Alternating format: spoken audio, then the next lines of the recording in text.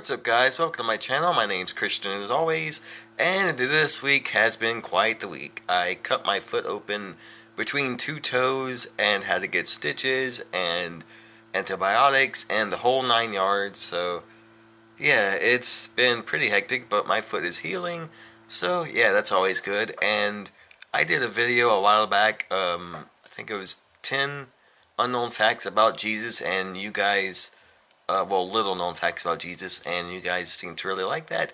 So I thought I'd do some facts about Christianity in general. So stay tuned for that and cue the intro that I need to change because it is getting old.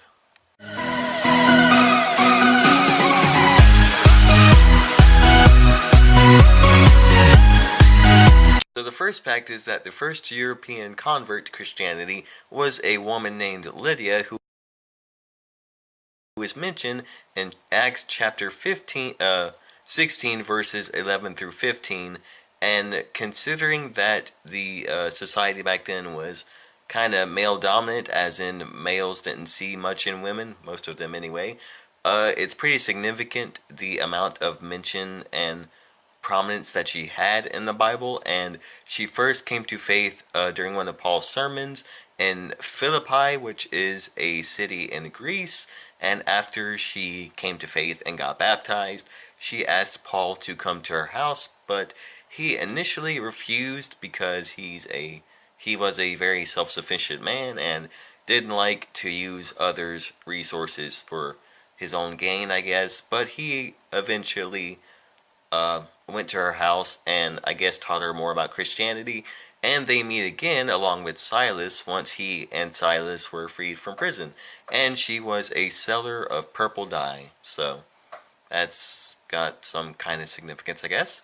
And it is believed that her house became a prominent meeting place for young Christians in Philippi, so that is also very significant. And Paul had a lot of respect for her and saw her as completely even to him, as well as he did all of his female and male companions. So that just goes to show that the gospel certainly does not discriminate between male and female when it comes to equality.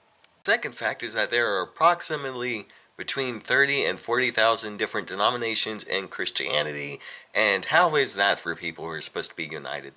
The fourth fact is that depending on which translation you use, the Bible actually mentions unicorns, but this is often considered to be a mistranslation since it is prominently in the King James Bible, and it is often believed that they believed in unicorns, which is why they mention them, and the actual word is supposed to be translated as Yorick or Urach. I don't know how it's pronounced, but I'll put it in the video, and that is an ancient cow that is now extinct.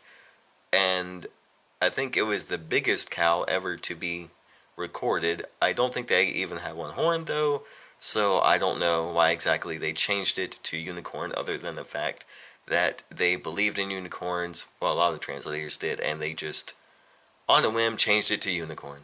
Fifth fact is that the phrase God helps those who help themselves is found nowhere in the Bible, and not only that, but the idea behind it is found nowhere in the Bible and kind of contradicts a lot of what the Bible says and a lot of who God is, because God does not only help those who help themselves, and of course we can't help ourselves out of sin. So if that phrase were true, we would all be screwed and we would all never be capable of getting help, because obviously God is the only one who can help us out of sin in the first place. And the sixth fact is that farmers were required by a Jewish law to leave part of their fields unharvested so that strangers can come by and pick up whatever they needed for food. So that shows that even in the Old Testament, God cared about people and those who were oppressed just as much as he does in the New Testament. And I know there's a common misconception that God is different in the Old Testament than he is in the New Testament,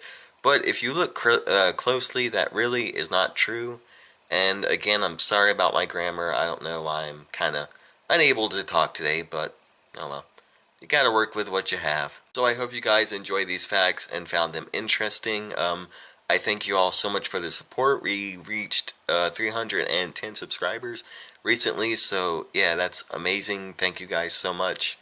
And be sure to like, comment, and subscribe, and suggest future videos. If you would like to support on Patreon, be sure and do that. It would majorly help this channel. And contact me on all my social media accounts. I'll put those obviously in the description down below. As always, I love talking to you guys and getting your inputs about different subjects, and just being able to support you guys and get ideas for videos and all of that kind of stuff. So yeah, contact me on all my social media stuff. I will see you guys in the next one.